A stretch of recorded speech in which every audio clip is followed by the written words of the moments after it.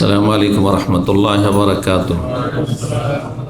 إن الحمد لله نحمده ونستعينه ونستغفره ونعوذ بالله من شرور أنفسنا ومن سيئات أعمالنا. من يهده الله فلا مضل له ومن يضلل فلا هادي له وأشهد أن لا إله إلا الله وحده لا شريك له وأشهد أن محمدا عبده ورسوله صلى الله تعالى عليه وعلى آله وصحبه وسلم تسليما كثيرا. أما بعد، فأعوذ بالله من الشيطان الرجيم. إن الله لا يغفر أن يشرك به ويغفر ما دون ذلك لمن يشاء. সম্মানিত ভাতৃমণ্ডলী, আল্লাহ রাব্বুল আলামিনের প্রশংসা এবং প্রিয় নবী সাল্লাল্লাহু আলাইহি সাল্লামের উপর সালাত ও সালামের পর আজ বৃহস্পতিবার 9 রবিউল আউয়াল 1446 হিজরি মোতাবেক 12 সেপ্টেম্বর 2024 আমাদের ধারাবাহিক সাপ্তাহিক বিষয়ভিত্তিক আলোচনা। আজকের আলোচনার বিষয়বস্তু তাওহীদ বিনষ্টকারী বিষয়, আর সেটাকে আপনি ঈমান নষ্টকারী বিষয়, ঈমান ভঙ্গকারী বিষয় বলতে পারেন, ইসলাম ভঙ্গকারী বিষয় বলতে পারেন। তিনটি বিষয়ের যে কোনো নাম আপনি আজকের বিষয় দিতে পারেন। এমন কিছু বিষয় নিয়ে আজকে আলোচনা করব। 10টি বিষয় প্রসিদ্ধ বিষয় রয়েছে যেগুলিতে ইসলাম নষ্ট হয়ে যায়, ইসলাম ভঙ্গ হয়ে যায়, ঈমান নষ্ট হয়ে যায়, ঈমান ভঙ্গ হয়ে যায়, তাওহীদ নষ্ট হয়ে যায়, মানুষ ইসলাম ঈমানের গণ্ডি থেকে বেরিয়ে চলে যায়। এই 10টি বিষয় হচ্ছে প্রসিদ্ধ বিষয়, যেগুলোকে নওয়াকিদুল ইসলাম বলা হয়।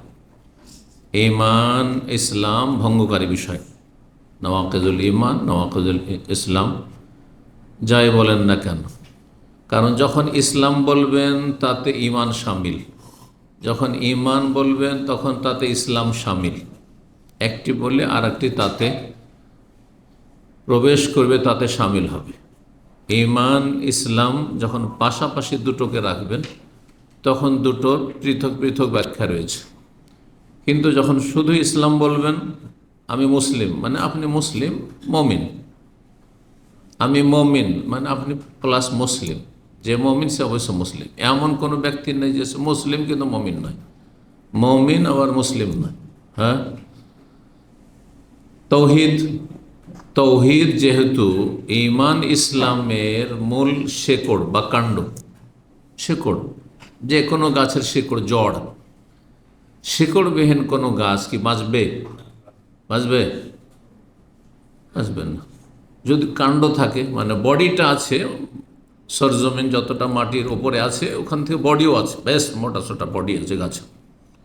হ্যাঁ, বিশাল গাছ ধরেন, আর অনেকগুলি ডালপালা আছে, আর অনেক শাখা প্রশাখা আছে। ডাল থেকে এক একটা ডাল থেকে কয়েকটি শাখা প্রশাখা বেরিয়েছে, আর একবারে সবুজ হয়ে আছে ধরেন। হ্যাঁ, পাতাও আছে, একবারে ঘন পাতা বিশিষ্ট গাছ, কিন্তু শেকড় নেই। শেকড় নেই এমন কোনো গাছ পৃথিবীতে আছে? আর যদি থাকে তো বাঁচবে?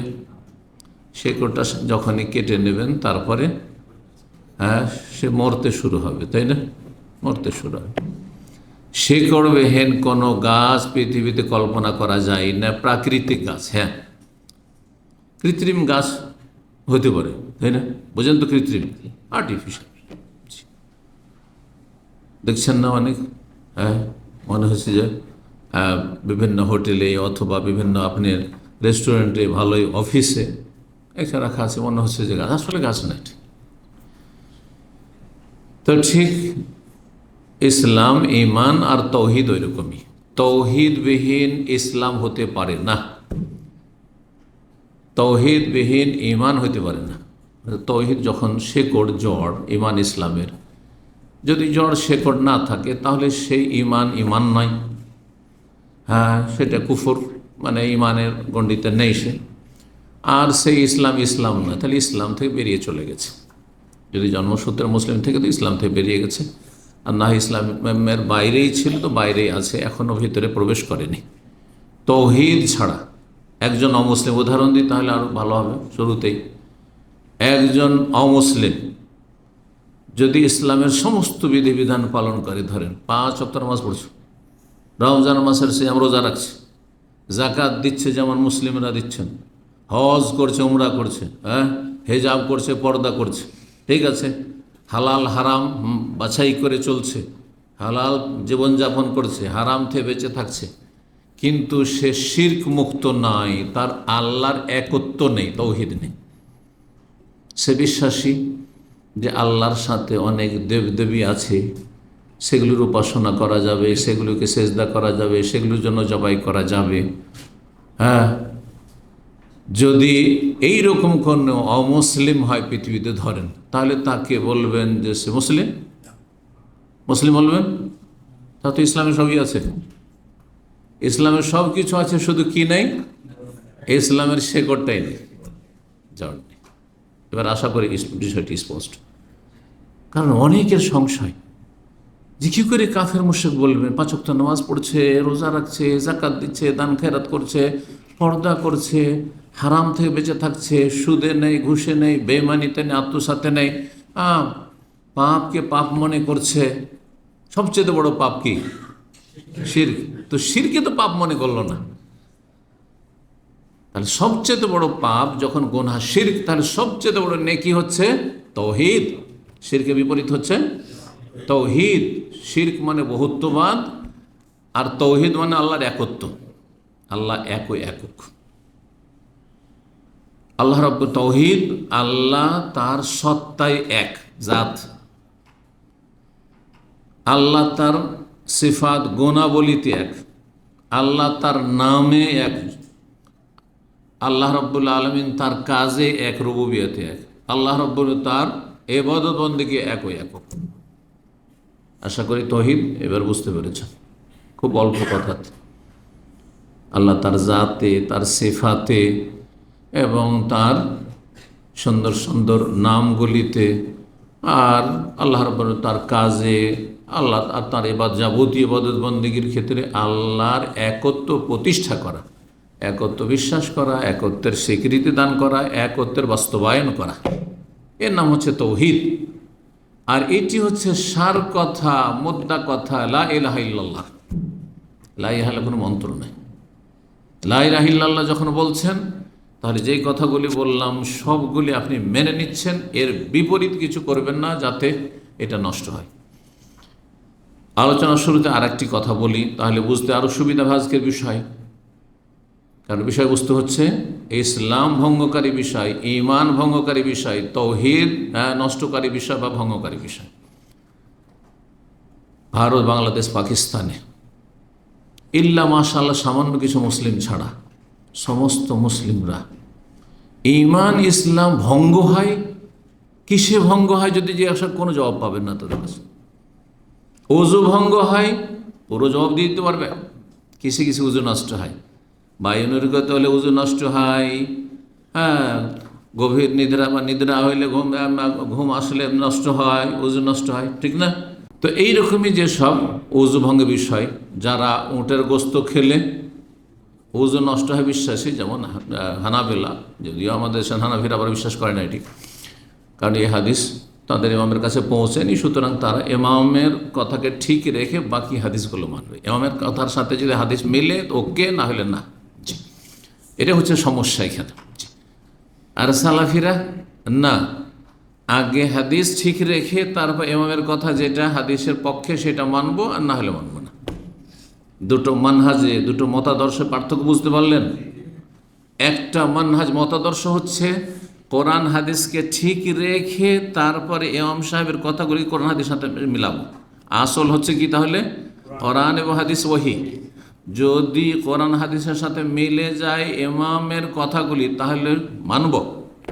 যতগুলি কথা মিলবে সবগুলি মানব, কারণ আমাদের মূল উদ্দেশ্য হচ্ছে আল্লাহ ও রাসূলের আনুগত্য করা, কোরআন সুন্নাহ মানা, ওহী মানা। ওইটা হচ্ছে আসল। পক্ষান্তরে অন্য আরেকটি মতাদর্শ হচ্ছে যে চার মযহাবের, যেই মযহাবের আমি অনুসারী, আমি হানাফি, আমি শাফি, আমি মালিক, আমি হাম্বলি, সুতরাং মযহাব ঠিক রেখে আমরা দেখব যে কোন হাদিসগুলি মযহাবের পক্ষে আসছে সেগুলির উপর আমল করব। কোরআন হাদিস মানি, কিন্তু শর্ত সাপেক্ষ মানি, মযহাবের সাথে মিললে। যদি কোরআন এবং হাদিস মযহাবের পক্ষে না আসে তাহলে সেটার যে কোনো ব্যাখ্যা করতে হয়, উত্তর দিতে হয়, উত্তর তালাশ করব, কিন্তু মজহাবটা ঠিক রাখতেই হবে। কমন সেন্সে সাধারণ যে জ্ঞান আল্লাহ দিয়েছেন আমাকে আপনাদেরকে, তা দিয়ে আপনি বিচার করুন যে কোনটা সঠিক মতাদর্শ। আল্লাহ এবং রসুল কথাকে বলবৎ রেখে, এক নম্বরে রেখে, তারপরে আমাদের কথাগুলিকে মেলানো, ইমামদের কথাগুলিকে মেলানো, মজহাবের মতামতগুলিকে মেলানো, এটা ঠিক আদর্শ? নাকি ইমামদের কথাগুলিকে সর্বস্বীকৃত মনে করে তারপরে তার দলিল তলাশ করা, দেখি কোথায় দলিল পাওয়া যায়।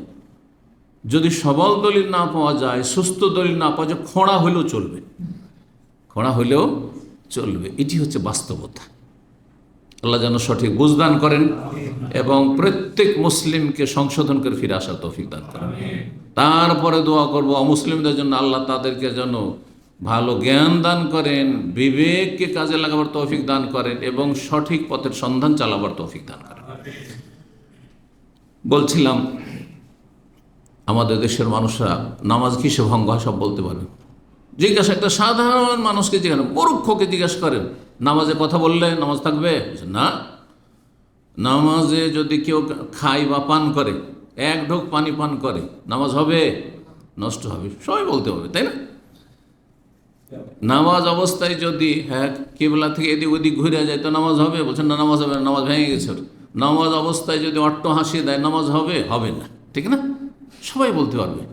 কিন্তু ওদের কি জিজ্ঞাসা করেন যে নামাজ কিসে ভঙ্গ হয় তা তো জানছো ভালো, ওযু কিসে ভঙ্গ হয় তাও জানছো, রোজা কিসে নষ্ট হয় তাও জানছো, হজ কিসে নষ্ট হয় তাও জানছো, তাহলে লা ইলাহা ইল্লাল্লাহ কিসে নষ্ট হয় একটু দয়া করে বলো তো দেখি। বলবে হা হা লা আদরি, হাই হাই জানি না। এটা যদি দুনিয়াতেই অবস্থা হয়, তাহলে কবরে কি অবস্থার আপনি আশা করছেন? ওমান কানা ফি হাযিহি আমা ফাহুয়া ফিল আখিরাতি। আপনি এই দুনিয়াতেই যদি অন্ধ হয়ে থেকে যান, তাহলে পরকালে আপনাকে অন্ধ হইতে হবে।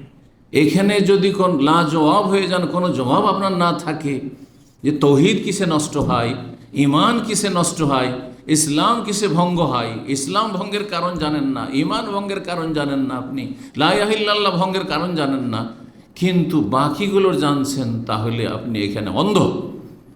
যখন দুনিয়াতে অন্ধ, তাহলে কবরে অন্ধ হয়ে উঠতে হবে, হাসর মাঠে অন্ধ হয়ে উঠতে হবে। আল্লাহ যেন বোঝার তৌফিক দান করেন এবং এখনো বিবেককে কাজে লাগিয়ে সোজা হওয়ার তৌফিক দান করেন। যারা বক্র পথে আছেন সোজা পথে ফিরে আসার তৌফিক দান করেন, উপকারী জ্ঞান দান করেন, নেক আমলে তৌফিক দান করেন। তৌহিদ ভিত্তিক আমল হচ্ছে নেক আমল, সুন্নাহ ভিত্তিক আমল হচ্ছে নেক আমল। দুটো শর্ত যদি না থাকে তো নেক আমল নয়, ভালো আমল নয়, মন্দ। জি, যেমন এশার নামাজ যদি আপনি 4 রাকাত না পড়ে আপনি কি পড়েন, 5 রাকাত পড়েন, তাহলে হবে? কবুল হবে? আপনি তো বেশি পড়লেন। 6 রাকাত যদি পড়েন হবে? যদি বলেন যান না, মাঝে মাঝে আমি 8 রাকাত ফরজ পড়ব, হবে? আপনার আমার কোনো ইখতিয়ার নাই। হ্যাঁ, যেদিকে রাসূলুল্লাহ সাল্লাল্লাহু আলাইহি ওয়াসাল্লাম টানছেন সেদিকে যেতে হবে, যেদিকে ওহী আমাকে টানছে সেদিকে যেতে হবে। নবী সাল্লাল্লাহু আলাইহি ওয়াসাল্লাম মাগরিবে 3 শিখিয়েছেন। কেউ যদি বলে সারা জীবন মাগরিবে 3 আর 3 4 রাকাত পড়ব, হবে? কবুল হবে? 1 রাকাতও কবুল হবে। এমনটা নয় যে 3 কবুল হয়ে গেলো, একটা মাইনাস হয়ে গেল, যাক এটা ফালতু করেছেন। না না না, কবুলই হবে না। কারণ ইবাদত এক আল্লাহর জন্য করতে হবে এবং এক রাসূলুল্লাহর তরিকায় করতে হবে সাল্লাল্লাহু আলাইহি ওয়াসাল্লাম। আল্লাহ বুঝার তৌফিক দান করুন। তো ইসলাম ভঙ্গকারী বিষয়গুলি অনেক হতে পারে, কিন্তু 10টি প্রসিদ্ধ গুরুত্বপূর্ণ বিষয়কে নওয়াকিজ ইসলাম, ইসলাম ভঙ্গকারী বিষয়, ঈমান ভঙ্গকারী বিষয় বলে আইম্মায়ে কেরাম, ওলামায়ে কেরাম, যারা আকীদা তাওহীদের বিশেষজ্ঞ, তারা তাদের কিতাবাদিতে আলোচনা করেছেন। বিশেষভাবে শাইখুল ইসলাম ইবনে আব্দুল ওয়াহাব রাহিমাহুল্লাহ নওয়াকিজুল ইসলাম একটি তার কিতাবই রয়েছে, পুস্তিকা রয়েছে। আর সেখান থেকে আজকের আলোচনা বা এই ধরনের যেসব লিখনীগুলি রয়েছে সেগুলিতে আপনাদের সামনে পেশ করব। আজকে সময়ের স্বল্পতার জন্য 5টি বিষয় নিয়ে আলোচনা করব, যাতে একটু বিস্তারিত আলোচনা করা যায়। কারণ পয়েন্টগুলো গনিয়ে দিলে তো আমি 5-10 মিনিটের মধ্যে আমি 10টি বলে দেবো আপনাদের। কিন্তু সেগুলি যদি একটু বিস্তারিত না বলা হয়, ভেঙে না বলা হয়, তাহলে আমাদের বাস্তব জীবনে সেগুলিকে আমরা ফলো করতে পারবো না এবং আমরা আমাদের যে ভুলগুলি আছে ধরতে পারবো না।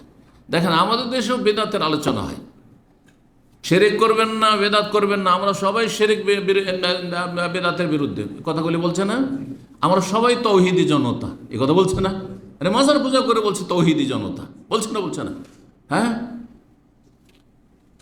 মিলাদ করে বলছে তৌহিদি জনতা, পীরের মুরিদ হয়ে বলছে তৌহিদি জনতা।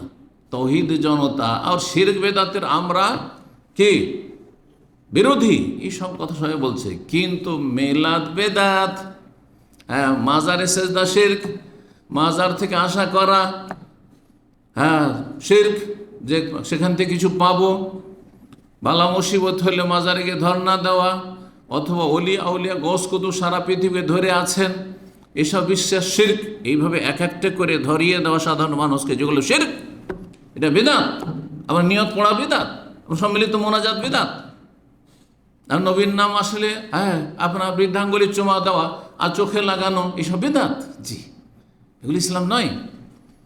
12 রবিউল আউয়ালে জন্মবার্ষিকী পালন করা নবী সাল্লাল্লাহু আলাইহি ওয়াসাল্লামের বিদআত। এটি নেকির কাজ নয়, এটি গুনাহের কাজ, জাহান্নামে যাওয়ার কাজ। নবী সাল্লাল্লাহু আলাইহি ওয়াসাল্লাম করেননি, তার 4 খলিফা করেননি, আপনার ইমাম আবু হানিফা করেননি। আপনি হানাফি নিজেকে বলছেন, আবু হানিফা করেননি, করতে বলেননি। বলে প্রমাণ করেন যে আবু হানিফা রাহিমাহুল্লাহ জীবনে কতগুলি 12 রবিউল আউয়াল এসে প্রতি বছরে একটা বারে বলে তিনি মিলাদুন্নবী করেছেন, শাফি করেছেন, মালিক করেছেন, আহমদ করেছেন, কেউ করেছেন? তাহলে কোত্থেকে নিয়ে আসলেন? তারপরেও গায়ের জোরে আপনি হানাফিও থাকবেন, গায়ের জোরে আপনি মুসলিম থাকবেন, গায়ের জোরে নবীর উম্মত থাকবেন আপনি। আল্লাহ বুঝার তৌফিক দান করুন। তো শুরু করি তাহলে। 1 নম্বর, ঈমান ভঙ্গকারী বিষয়, ইসলাম ভঙ্গকারী বিষয়, তৌহিদ নষ্টকারী বিষয় হচ্ছে আল্লাহর সাথে শরীক স্থাপন করা। সেটা আল্লাহর জাতে হোক, যে আল্লাহ একের জায়গায় 2, 3,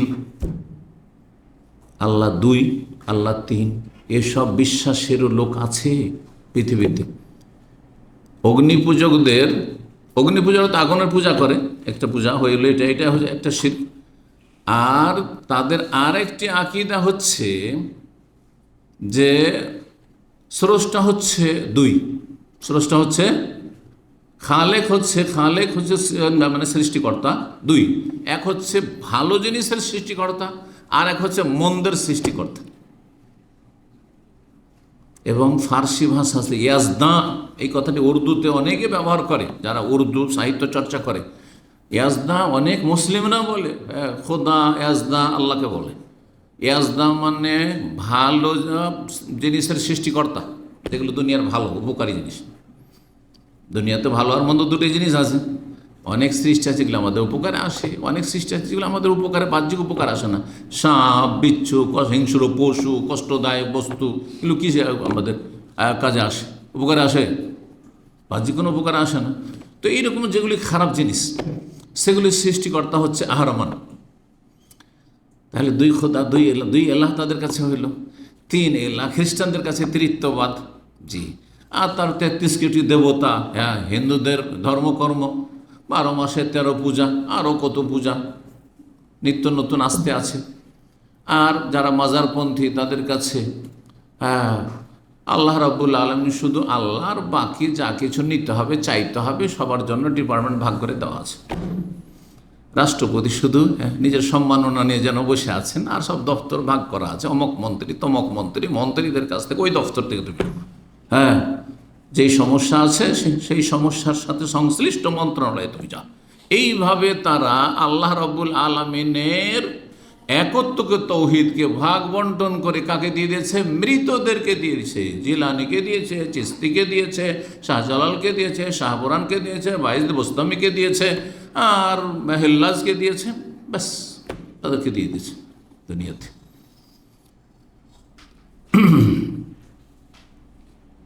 শিরক আল্লাহর সত্তায় হোক, জাতে হোক, আল্লাহর গুণাবলিতে হোক। আল্লাহর গুণাবলীর একটি হচ্ছে ইলমুল গায়ব, অদৃশ্য সম্পর্কে জ্ঞানী হওয়া। অদৃশ্য, সমস্ত অদৃশ্য, যা দেখা যায় না। আমাদের জন্য অদৃশ্য কিছু আছে, কিছু দৃশ্য। আপনাদেরকে আমি দেখতে পাচ্ছি, আমাকে আপনারা দেখতে পাচ্ছেন, তাই না? দৃশ্য। আর অনেক কিছু আছে, ভাইরাস আছে, দেখতে পাচ্ছেন? আচ্ছা, রবকে দেখতে পাচ্ছেন? হ্যাঁ, কবরের জীবনকে দেখতে পাচ্ছেন? মনকের নাকির আসলে সব দেখতে পাচ্ছেন? জি।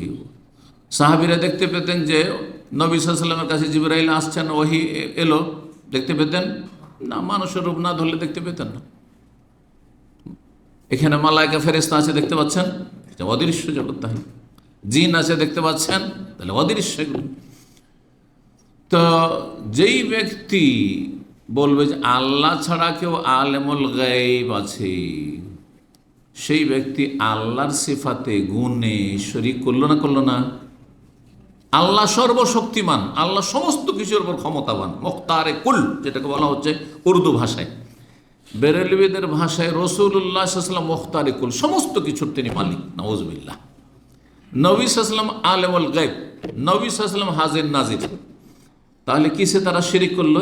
এই আকীদার মাধ্যমে আল্লাহর গুণে কি করলো? আল্লাহর সিফাতে, সিফাত মানে গুণ, আল্লাহর গুণে শিরক করলো। ইলমুল গায়বে আল্লাহর সাথে শরিক করলো। আল্লাহ রব্বুল আলামিন সত্তার দিক থেকে তিনি সমস্ত সৃষ্টির ঊর্ধ্বে, কিন্তু তার জ্ঞানের দিক থেকে, ক্ষমতার দিক থেকে, পরিবেষ্টনের দিক থেকে, আরও বহু দিক হতে পারে, সেগুলির দিক থেকে আল্লাহ রবের সব জায়গায় হাজির। আল্লাহর ইলম সব জায়গায় হাজির, সব জায়গার খবর রাখছেন, সব জায়গায় তার ক্ষমতা চলছে, সব কিছুর উপর তার ক্ষমতা চলছে, সব কিছু আল্লাহ পরিবেষ্টন করে আছেন, ঘিরে আছেন। আল্লাহর ক্ষমতার বাইরে হ্যাঁ কোনো শক্তি যেতে পারে না, না পারে? তো এদিক থেকে আল্লাহ হাজির। তো নবীকে যদি হাজির বলেন, নাজির মানে দ্রষ্টা বা সির, আল্লাহ সব কিছু দেখেন। কেউ যদি বলেন নবী হাজির নাজির, মানে নবী সব কিছু দেখছেন, নবী সব কিছু, তার কবর থেকে পৃথিবীর সব কিছু নবী সাল্লাল্লাহু আলাইহি ওয়াসাল্লাম দেখছেন। উম্মতের লোকেরা কে কি আমল করছে, কে নামাজে গেল, কে গেল না, কে এখানে আছে, কে কোথায় আছে, সব দেখছেন।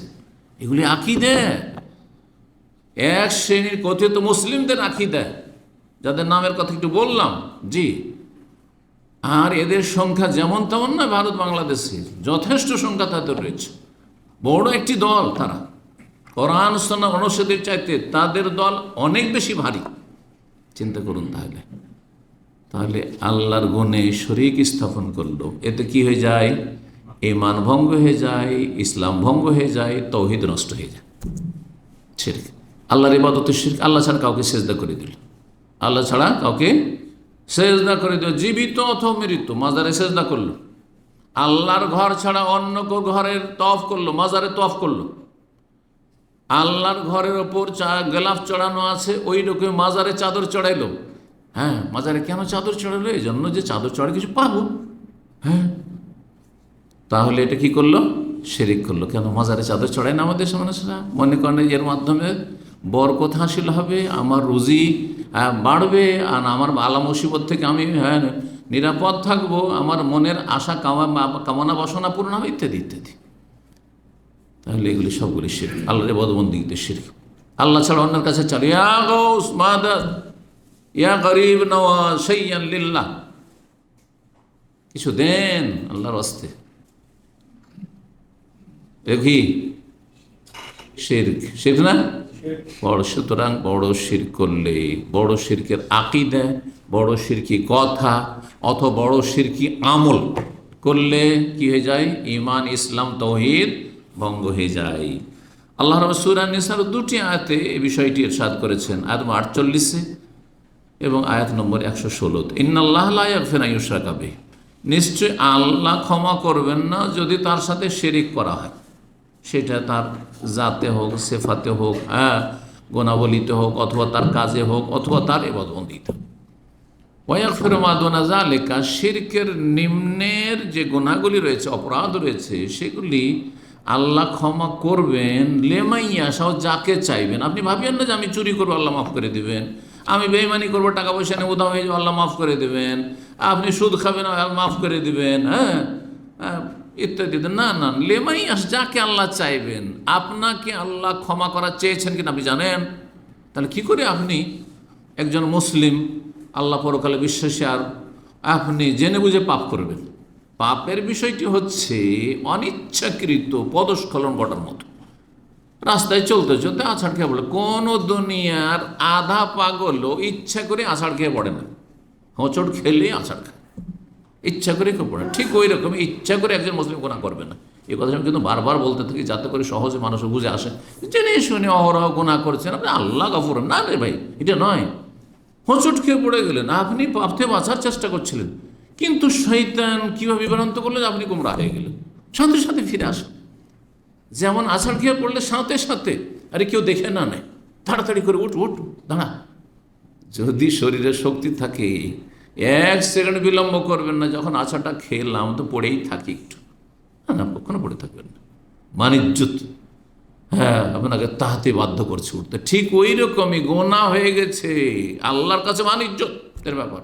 হাসরের মাঠে অপদস্থ লাঞ্ছিত হইতে হবে, আর মানুষরা জানলেও লাঞ্ছিত অপদস্থ হইতে হবে, সমাজে পরিবার জানলে লাঞ্ছিত হইতে হবে। সুতরাং তাড়াতাড়ি উঠে দাঁড়া, তবা, উঠে দাঁড়া মানে তবা করা, তাড়াতাড়ি সংশোধন করে ফিরে আসে।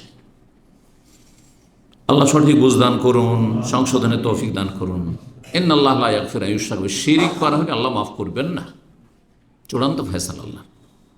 তার নিচের গুনাহ হইলে আল্লাহ যাকে ইচ্ছে মাফ করবেন।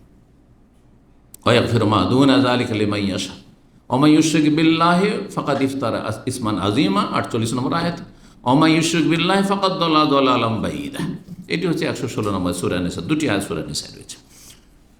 আচ্ছা, দুনিয়াতে শিরিক করলো, আল্লাহ মাফ করলেন না, আর শিরকের অবস্থায় যদি মারা গেল, তাহলে চিরতরে জাহান্নামে থাকতে হবে, কোনো দিন জাহান্নাম থেকে বেরোতে পারবে না।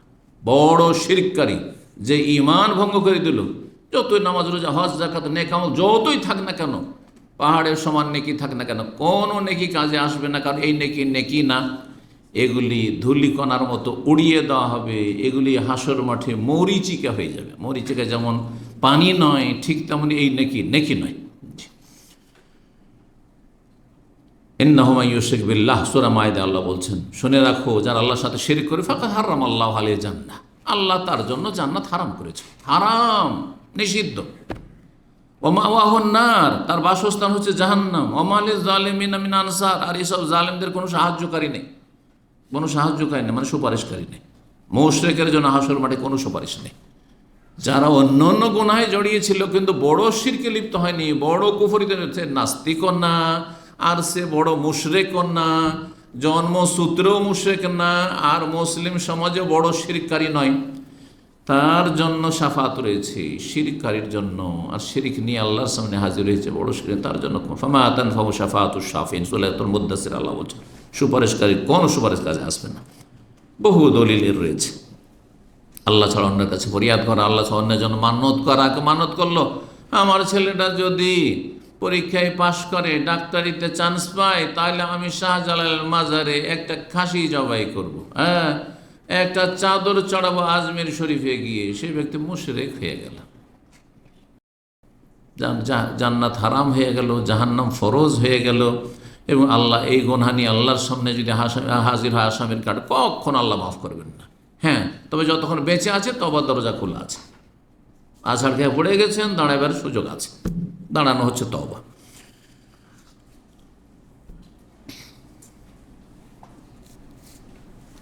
দুই নম্বর ঈমান ইসলাম ভঙ্গকারী বিষয় হচ্ছে, কোনো ব্যক্তি যদি আল্লাহর মাঝে এবং তার মাঝে মাধ্যম সাব্যস্ত করে, মাধ্যম সাব্যস্ত করল, কীরকম মাধ্যম সাব্যস্ত করলো? যেমন মুসলিম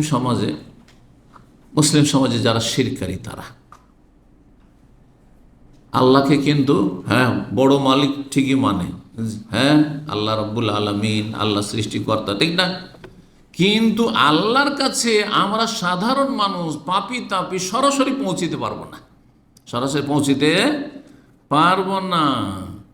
আর আল্লাহর দরবারে আমাদের দোয়া কবুল হবে না। সুতরাং কি করতে হবে? আমরা বাবাকে ডাকবো, বাবা আল্লাহ প্রদত্ত ক্ষমতা রাখেন। হ্যাঁ, বেরেরবিরা ভাগ করেছে, বলছে একটা হচ্ছে ক্ষমতা হচ্ছে জাতি ক্ষমতা, একটা আতাই ক্ষমতা। এগুলো তাদের মানে মন গড়া ভাগ। বলছে আল্লাহর ক্ষমতা হচ্ছে জাতি সত্তাগত ক্ষমতা আল্লাহর কাছে। আর আব্দুল কাদের জিলানি, খাজা বাবা, আর আপনার শাহজালাল সাহেব, যত সুফিরা আছে, পীরগুলো আছে, এদের কাছে আতাই ক্ষমতা আছে, কুদরাতি আতাই। মানে আতা মানে কি? দান, প্রদত্ত, আল্লাহ প্রদত্ত। মানে আল্লাহ এদেরকে এই রকম অসাধারণ ক্ষমতা দিয়ে রেখেছে। তুমি ছেলে মেয়ে দিতে পারবে, তুমি রোগ ভালো করতে পারবে, তুমি মনস্কামনা পূরণ করতে পারবে, ইত্যাদি ইত্যাদি। আউযুবিল্লাহ, আউযুবিল্লাহ। তার মানে আল্লাহর ক্ষমতাকে ভাগ বন্টন করে দিয়ে দিচ্ছে। এইটা হচ্ছে মাধ্যম সাব্যস্ত করা আল্লাহর মাঝে, আর তার মাঝে কি আছে? মাধ্যম আছে। আল্লাহকে ডাকতে হবে না। যেমন আপনাকে সরকারি একটা চাকরি নিতে হবে, ঠিক একবারে আজকালকার দুনিয়ার রাজত্বের সাথে তুলনা করেছে আল্লাহ রব্বুল আলমিনের সার্বভৌমত্বকে। নাউজুবিল্লাহ। ফালা তাদরিবুলিল্লাহিল আমসাল। আল্লাহর কোনো উপমা দৃষ্টান্ত তোমরা তুলনা পেশ করবে না, কোনো তুলনা নেই।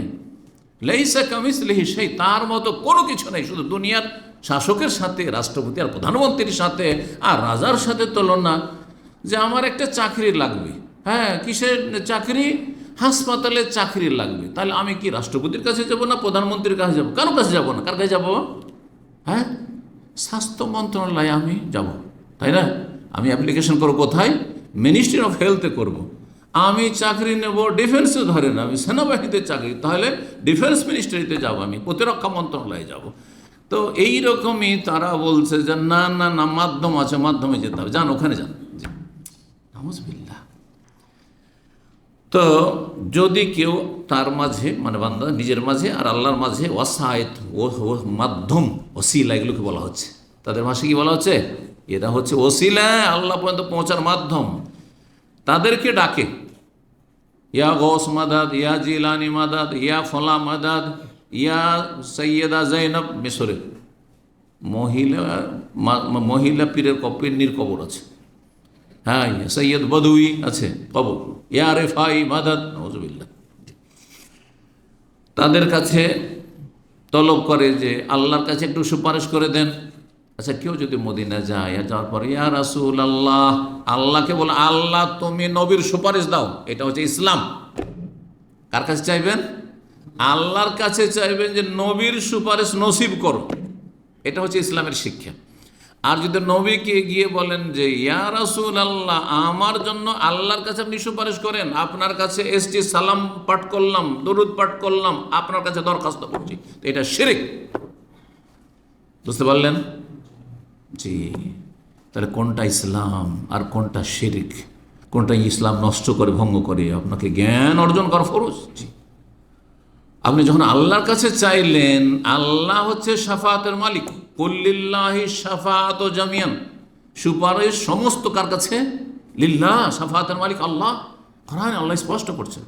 তাহলে যিনি মালিক তাকে বলবো যে আল্লাহ তুমি নবীর সুপারিশ আমার জন্য অবধারিত করো, আমার জন্য ফরজ করো, আমার জন্য ব্যবস্থা করো, আমার জন্য তুমি অবধারিত করো, ইত্যাদি। তো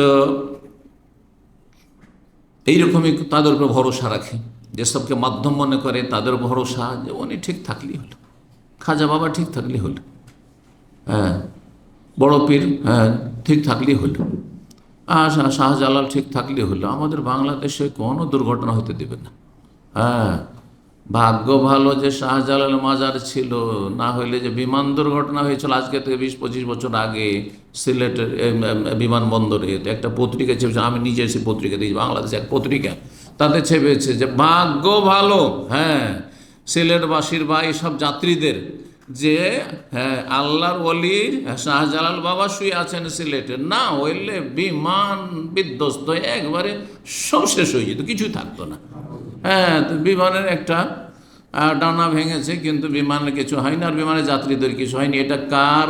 হ্যাঁ, বদৌলতে, শাহজালাল বদৌলতে। সমস্ত লিখনেওয়ালা শিরক, যে পত্রিকা লিখে করলো, মুশরিক, এবং যারা এই বিশ্বাস রাখবে তারা মুশরিক হয়ে গেল, তাদের ঈমান ভঙ্গ হয়ে গেল, ইসলাম নষ্ট হয়ে গেল। যেমন উজু করে আসার পরে বায়ু বের হলে আপনার উজু শেষ, ঘুমিয়ে গেলে উজু শেষ, নামাজ 4 রাকাত পড়া শেষ হয়ে গেছে, হাতে হাতে বসে আছেন, আর তারপরে কথা বলে নিলেন, সালাম আলাইকুম ভাই কেমন আছেন? ভালো আছেন। ভাবছেন যে তাড়াতাড়ি লোকটা উঠে যাবে, তাদের একটু কথা বলেই নি, তারপরে সালাম ফিরবো, সব শেষ। ওই দেখুন, সব শেষ। ঠিক করে দলিল সূরা ইউনূসের আয়াত নম্বর 18। আল্লাহ বলছেন ওয়ায়াবুদুনা মিন দুনিল্লাহ, তারা আল্লাহকে বাদ দিয়ে যারা মুশরিক বহুত্ববাদী, তারা আল্লাহ ছাড়া অন্যকে কি করে, অন্যের ইবাদত করে, অন্য উপাসনা করে। মা লা ইয়াদুররুহুম ওয়া লা ইয়ানফাউহুম, অথচ তারা তাদের ক্ষতিও করতে পারবে না আর তাদের লাভও করে দিতে পারবে না, কিছু করতে পারবে না। যদি আমাদের লাভ করে দিতে পারতো তো এই বন্যার অবস্থায় তাদের মায়া মমতা নেই, নির্মম হয়ে গেছেন তারা। হ্যাঁ, কত আউলিয়ার দেশ এটা? হ্যাঁ, 12 আউলিয়ার দেশ, 360 আউলিয়া না? 360, ভাইয়া তো কমিয়ে দিলেন কেন? 360 আউলিয়া, তাদের মায়া মমতা নেই। আমাদের মায়া মমতায় কত কষ্ট হয়েছে এতে, মানুষের এইসব অবস্থা দেখে, ভয়াবহ অবস্থা দেখে, আর তাদের মায়া হয়নি। তাদের যদি অনুভূতি থাকতো, তারা যদি জানতে পারতো, তাদের যদি ক্ষমতা থাকতো তো বসে থাকতেন। হ্যাঁ, তাহলে পানিকে বলতেন কোন ফায়াকুন, বঙ্গোপসাগরে নেমে যেত, সব শেষ হয়ে যেত, কোনো বালা মুসিবত থাকতো না, কোনো বালা মুসিবত থাকতো না, জালেমের জুলুম থাকতো না। আল্লাহ বলছে মা লা ইয়াদুররুহুম ওয়া লা ইয়ানফাউহুম, লাভও করে দিতে পারে না, লসও করে দিতে পারে না, লাভ লস কিছুরই মালিক না তারা। ওয়ায়াকুলুনা, তারপরে এই নির্বোধ মূর্খরা বলছে হাউলাই শুফাউনা ইনদাল্লাহ, এরা আল্লাহর কাছে আমাদের জন্য সুপারিশ করবে। এদেরকে ধরো, জিলানিকে ধরো, চিস্তিকে ধরো, অমুককে ধরো, তমুককে ধরো, ওলিয়া আউলিয়া গৌস কুতুব আবদালকে ধরো, এরাই আল্লাহর কাছে সুপারিশ করে দিবে। জি, সুতরাং চরমনাইয়ের মুরিদ হয়ে যায়, কারণ বাবারা বলে, বাবা চরমনাই হুজুররা বলেছে যে বড় বড় জাহাজ নিয়ে হাসর মাঠে আসবে। চিন্তা কি, নামাজ না পড়লেই বাকি, আর রোজা না রাখলেই বাকি, আর 7 খুন মাপ, কারণ বড় বড় জাহাজ নিয়ে, হ্যাঁ, পীর বাবা হুজুর কিবলা হাজির থাকবে, আর আমাদেরকে একা ছেড়ে জান্নাত যাবেন না। অনেক মুরিদরা, অনেক পীরেরা, এক পীরের একবার একটা ক্লিপে অনেক দিন আগে, যদি এগুলো শোনার সময় হয় না, বলছে বাবা গো, না এটা হচ্ছে লন্ডনে গিয়েছে, সিলেটি পীর, কারণ সিলেটিদের সংখ্যা বেশি আপনার ইংল্যান্ডে, তো গিয়েছে ওখানে। আর যাওয়ার পরে সেই পীর, সেই সিলেটি পীর কিন্তু এই বিগত কিছুদিন আগে হালাক হয়েছে।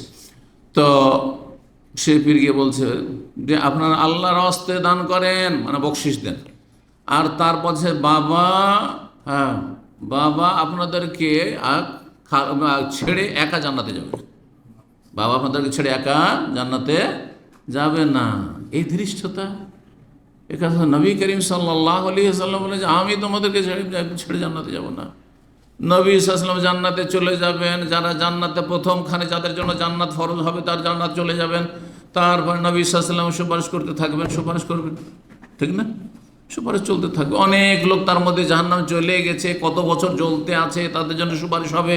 এমনকি হাদিসা আছে জ্বলে জ্বলে কয়লা হয়ে গেছে, সর্বশেষ যে জাহান্নামী, যে এই উম্মতের জাহান্নামী পাপিষ্ঠ জান্নাতে আসবে। তাহলে চিন্তা করুন তো দেখি। তারপরে নবী সাল্লাল্লাহু আলাইহি ওয়াসাল্লাম, অন্যান্য আম্বিয়াগণ, তারা কেউ রাজি হবে না সুপারিশ করার জন্য, নবী সাল্লাল্লাহু আলাইহি ওয়াসাল্লাম সুপারিশ করবেন হিসাবের জন্য। কিন্তু নবী সাল্লাল্লাহু আলাইহি ওয়াসাল্লাম কারো দায়িত্ব নিয়েছেন যে আমি দায়িত্ব নিয়ে নিলাম, বরং এর বিপরীত বহু হাদিস রয়েছে। একাধিকবার নবী সাল্লাল্লাহু আলাইহি ওয়াসাল্লাম তার পরিবার পরিজন, আত্মীয় স্বজন, বংশধরকে বলেছেন ইয়া বানি আব্দুল মুত্তালিব, হে আব্দুল মুত্তালিব বংশধর, সালুনি মিন মালি মা শিতুম, তোমরা যা চাও আমার ধন সম্পদ থেকে তোমরা চাও, ফাইন্নী লা আমলিকু লাকুম মিনাল্লাহি শাইআন, আল্লাহর কাছ থেকে তোমাদেরকে কিছু নিয়ে দিতে পারবো এই ক্ষমতা আমি রাখি না। ইয়া ফাতেমা বিনতে মুহাম্মদ, হে মুহাম্মদের মেয়ে ফাতেমা, সালিনি মিন মালি মা শিত, দুনিয়ার কিছু চাও দিতে পারবো, তোমাদের কিছু চাওয়া পাওয়া থাকলে যা আছে দিতে পারবো। ফাইন্নী লা আমলিকু লাকি মিনাল্লাহি শাইআন, আল্লাহর কাছ থেকে তোমাকে জান্নাতে নিয়ে দেবে এই ক্ষমতা আমি রাখি না। তোমার যদি ঈমান আমল সাথ না দেয়, ঈমান আমল থাকলে একটু প্রোগ্রেস হবে, হ্যাঁ একটু, হ্যাঁ ধাক্কা পাবেন হয়তো, কিন্তু আপনার ঈমান আমল নেই, তাওহীদ নষ্ট করেছেন, শিরকি আমল করে আশা করছেন যে কেউ সুপারিশ করে, কখনো না। আম্বিয়া রাসূলগণের সুপারিশ হবে না। জি, এরা কি বলতো, যারা ওসিলা ধরতো, হাওলায় সুফান, আমরা এসবের পূজা করি, মা না'বুদুহুম, সূরা জুমারের আরেকটি আয়াত রয়েছে, আমরা আসলে এদের পূজা করি না, ইল্লা লিয়ুকাররিবুনা ইলাল্লাহি যুলফা, এরা আল্লাহর সান্নিধ্য লাভ করিয়ে দেবে, আল্লাহর কাছাকাছি আমাদেরকে করে দেবে, আল্লাহর কুরবত হাসিলের জন্য, নৈকট্য অর্জনের জন্য এদেরকে ডাকছি। এরা মাধ্যম, এদের মাধ্যমে এদের ভায়া হয়ে আল্লাহর কাছে যেতে পারবো।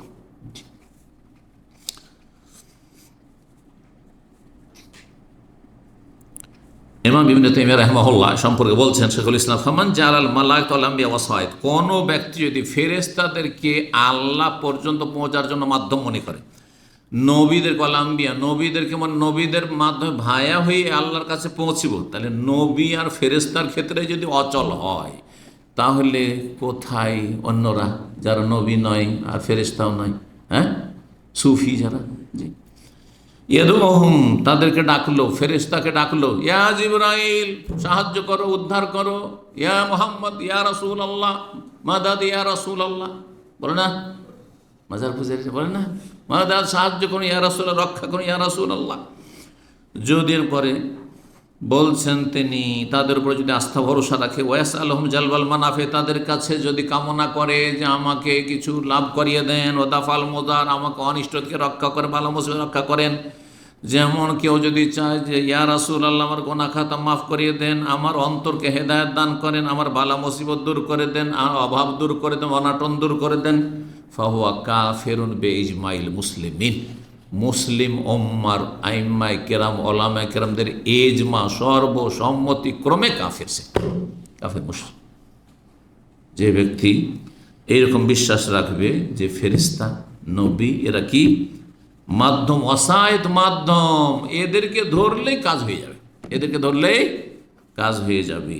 দুনিয়ার ওপর কেয়াস করলো, যুক্তিতে মুক্তি খুঁজলো যে দুনিয়াতে প্রধানমন্ত্রীর সাথে দেখা করা সম্ভব নয়, কিন্তু তার বংশের যদি পেয়ে যায়, তার ডান হাত কাউকে যদি পেয়ে যায়, ধরেন একজনের সাথে খাতির হয়ে গেছে এই বংশে, অনেকে বড়দের সাথে এভাবে দেখা করে না, হ্যাঁ, অথবা নিজের এলাকার এমপি, চলে না, এমপি সাহেবকে ধরলে, এমপি সাহেব স্ট্রং এমপি আছে, প্রভাবশালী এমপি আছে, হ্যাঁ, ওনার কথাকে না করতে পারবো, ওনার মাধ্যমে আমি দেখা করবো, করছে না, ঠিক ওই রকমই মনে করেছে রব্বুল আলমিনের সার্বভৌমত্বকে আর মহান কুদরতে কামে লাগে। এরা শিরকি আকীদা রয়েছে। মাজমুয়া ফাতোয়া প্রথম খণ্ড 124 পৃষ্ঠায় তিনি এই কথাগুলি বলেছেন। 3 নম্বর বিষয়, যাতে ঈমান, ইসলাম, তৌহিদ কি হয়ে যায়, নষ্ট হয়ে যায়, ভঙ্গ হয়ে যায়, তা হচ্ছে কেউ যদি কাফের মুশরিকদেরকে কাফের মুশরিক না মনে করে। কাফেরকে কাফের বলা যাবে না, এ কথা শুনেছেন না শোনেননি? এটা এত ব্যাপক আকার ধারণ করেছিল, একটু মনে হয় ঠান্ডা হয়েছে, এখন একটু ঠান্ডা হয়েছে, না হলে আজকে থেকে 25-26 বছর আগে প্রথম যখন এখানে দাম্মাম এসে দাওয়াতি কাজ শুরু করলাম, তখন এই প্রশ্নগুলি অনেক আসতো। শেখ, কাফেরকে কাফের বলা যাবে না তো? হ্যাঁ, শেখ তো বলতো না, কারণ শেখ বলে মানে ও কিছু শিখে গেছে, তখন কি বলতো, হুজুর কাফেরকে কাফের বলা যেত না, কাফেরকে বলা যাবে না। কাফেরকে কাফের বলে তো মুসলিম বলতে হবে নাকি? তার মানে মুসলিম বলতে হবে, তাহলে হিন্দুকে মুসলিম বলতে হবে, ইহুদিকে মুসলিম বলতে হবে, খ্রিস্টানকে মুসলিম বলতে হবে। তখন হতবাহি জাহালা, মূর্খ তখন হতভম্ব, যে কি জবাব দেব, বুঝতে পারছেন? জি, আশ্চর্য কথাই, বাঙালি সমাজে কথাটি আসলো কোথেকে, কুফরি কথা, যে কাফেরকে কাফের বলা যাবে না, এটি কুফরি কথা, এটা দিয়ে আপনি কাফের হয়ে যাবেন। ওয়াইন সাল্লাহ, ওসামা, নামাজ, রোজা, হজ, যাকাত, দুনিয়ার সমস্ত আমল যদি থাকে, আর যদি মানে ইহুদিকে কাফের বলা যাবে না, ও কাফের না, খ্রিস্টান কাফের না, বুদ্ধিস্ট কাফের না, শিখ কাফের না, জি, কাফের বলা যাবে না, তাহলে আপনি কাফের, আপনি কাফের। সে তো কাফের আছেই, আর আপনি আল্লাহর বিধানকে আপনি অস্বীকার করলেন, সুতরাং আপনি কাফের। জি, এটি তৃতীয় ঈমান ভঙ্গকারী বিষয়। তো বলছেন ইমাম মুহাম্মদ আব্দুল্লাহ রাহমাহুল্লাহ, মাল্লাম ইউকাফির মুশরিকিন, কেউ তো মুশরিককে কাফের না মনে করে, কাফের শাক্কা ফি কুফর, অথবা সন্দেহ করে। অনেক সময় জনকল্যাণমূলক কাজ অনেক করেছে, মাদার টেরেসা, জানেন তো, নাম শুনেছেন এক সময় কলকাতায়, হ্যাঁ, অনেকে মানে জনকল্যাণমূলক কাজ করেছেন, না খ্রিস্টান বানিয়েছে, হাজার হাজার মানুষকে বা তারও বেশি খ্রিস্টান বানিয়েছে, বিশেষ করে আদিবাসী, সাঁওতাল আর যারা ওই রকম, হ্যাঁ, তাদেরকে প্রচুর মানুষকে খ্রিস্টান বানিয়েছে। তা আসলে খ্রিস্টান মিশনারির কাজই হচ্ছে এইরকম কিছু জনকল্যাণমূলক কাজ করা, আর কিছু মানুষকে সুবিধা দেওয়া, আর তারপরে আকৃষ্ট করো, আর তারপরে হ্যাঁ খ্রিস্টান ধর্মের জালে ফাঁসিয়ে দাও। মুসলিমদের ক্ষেত্রে অনেকটাই সাকসেস হয়নি, তারপরেও অনেক ক্ষেত্রে অনেক মুসলিম মুরতাদ হয়ে গেছে। নদিয়া, পশ্চিমবঙ্গের নদিয়া জেলার একটি অঞ্চল রয়েছে, সেখানে অনেক মুসলিমরা মুরতাদ হয়ে গেছে, খ্রিস্টান হয়ে গেছে। এখনও তাদের নামগুলি মুসলিম নাম, কিন্তু সব খ্রিস্টান হয়ে গেছে। এইরকমই বাংলাদেশের আপনার উত্তরাঞ্চলের কথা শুনেছি, জানেন তো আপনারা, সেসব এলাকা পঞ্চগড় এদিক এইসব এলাকায় প্রচুর মানুষ সম্পর্কে শোনা গেছে যে তাদের নাম সব মুসলিম, আর মুসলিম সমাজে বাস করে সব খ্রিস্টান হয়ে গেছে। এগুলো খ্রিস্টান মিশনের এনজিও। কাফেরদের এনজিওতে কোনো বাধা নাই, কিন্তু মুসলিম এনজিও করলে আপনার পেরেশানি শেষ নাই। হ্যাঁ, কোথায় জঙ্গিবাদের তকমা লাগিয়ে দিবে, আর কোথায় কি করে দিবে, আর কোথায় মিথ্যাবাদী ফাঁসিয়ে দেবে আপনাকে। আউযু বিল্লাহি মিনাশ শাইতানির রাজিম। আল্লাহ রাব্বুল আলামিন সমস্ত অনিষ্ট থেকে হেফাজত করুন, এবং যারা এসব অনিষ্টকারী তাদেরকে আল্লাহ সর্বনাশ করুন। তো যারা বলছেন যদি তাদের কাফের হয় সন্দেহ করে, একজন মানুষ যখন প্রভাবিত হয়ে যায় কারো সেবা দেখে, কারো মানে জনকল্যাণমূলক কাজ দেখে, কারো আচার আচরণ দেখে, তখন যদি বলেন যে ও তো কাফের, বলছে না না না না, কি করে কাফের বলবেন, এত ভালো কাজ করে, এত মানুষের উপকার করে, তাহলে আপনি কাফের। সন্দেহ করলে কাফের আছে। কাফেরকে জন্মসূত্রে যে কাফের, এখানে কাফের বলতে বা কাফের মানুষ জন্মসূত্রে যা মুশরিক, অর্থাৎ অমুসলিমকে কেউ যদি মনে করে যে সে কাফের নয়, সে অমুসলিম নয়, হ্যাঁ, তাদের কাফের বলা যাবে না। আজকাল একটু আবার হালকা করা হয়েছে, আজকাল কাফের বলছে না, অনেক আরবরা বলছে যে কাফের বলাটা একটু হয়ে যাচ্ছে, শক্ত ভাষা হয়ে যাচ্ছে। কি বলতে হবে? নতুন ভাষা এসছে অমুসলিম। কোরআন হাদিস খুঁজে ফেলে দেন, কোথাও অমুসলিম কথাটি পাবেন না। এটা আজকাল আমাদের দুর্বলতার বাস্তব প্রমাণ, যে আমরা এত দুর্বল হয়ে গেছি, কাফেরকে কাফের বলতে ভয় পাই, যার ফলে কি বলতে হবে? গায়ের মুসলিম বলতে হবে, নন মুসলিম বলতে হবে, কাফের বলা যাবে না। কাফেরটাকে গাল মনে করছি, না না, গাল না। কাফের মানে অবিশ্বাসী, মুমিন বিশ্বাসী, কাফের মানে অবিশ্বাসী। কোনো গাল নয়, এটা কোনো গাল। আপনি বিশ্বাস করেন, মোস্ট ওয়েলকাম, আহলান ও সাহলান, আহলান ও সাহলান। বিশ্বাসী, আল্লাহ বিশ্বাসী, পরকালে বিশ্বাসী, কোরআনে বিশ্বাসী, রসুলে বিশ্বাসী, ভাগ্যে বিশ্বাসী, 5 ওয়াক্ত সালাতে বিশ্বাসী, আহলান ও সাহলান, একবারে বুকে জড়িয়ে ধরবো। আপনি আমার চেয়ে বেশি ক্লিন, কারণ আমি তো পাপী, আমার তো পাপের বোঝা আছে, কিন্তু আপনার কিছু নেই, আপনি আজকে ক্লিন হয়ে গেলেন, মায়ের পেটে ভূমিষ্ঠ হওয়ার মতো হয়ে গেলেন। আলী ইসলাম ইয়াহাদি মা কানা কাবলা, ইসলাম কবুল করে নিলেন, আপনি ইসলামে বিশ্বাসী হয়ে গেলেন। সুতরাং আপনার অতীতের সমস্ত গুনাহ ঝরে গেছে, কিন্তু আমার ঝরার কোনো নিশ্চয়তা নেই। জি, তো বলছিলাম, কেউ যদি সন্দেহ করে যে কাফেরকে কাফের বলবো, এটা কেমন লাগে, অথবা তাদের ধর্মকে ঠিক মনে করলো। অনেক মুসলিম আছে আজকাল, মডার্ন জন্মসূত্রে মুসলিম, দিন ইসলাম সম্পর্কে একবারে জিরো, কথা বোঝা গেছে। তারা বলে এটাও ঠিক ওইটাও ঠিক। যেমন বেদাতি সমাজের কিছু মানে হালকা বেদাতি হুজুর আছে, তারা কি করে, এইটাও ঠিক, মিলাদ করাও ঠিক, মিলাদুন্নবীও ঠিক, সিরাতুন্নবীও ঠিক, কথা বোঝা গেছে। আর তারপরে আপনার নিয়ত অন্তর করলেও ঠিক, মুখে পড়লেও ঠিক, রফায়দানও ঠিক, রফায়দান না করলেও ঠিক, আমিন জোরেও ঠিক, আসতেও ঠিক, যেখানে হাত বাঁধেন ছেড়ে দিলেও ঠিক, বুকে হাত বাঁধলেও ঠিক, আর নাভের নিচে বাঁধলেও ঠিক। শুনেছেন না এরকম? এটা আরেকটা মানহাজ মতাদর্শ আছে, সব ঠিক, কাউকে একটু অসন্তুষ্ট করতে চাই না, কাউকে টাচ করতে চাই না, সব ঠিক ভাই। তো বিদাতি বক্তাদের একটি লক্ষণ হচ্ছে সব ঠিক, কথা বুঝতে পেরেছেন।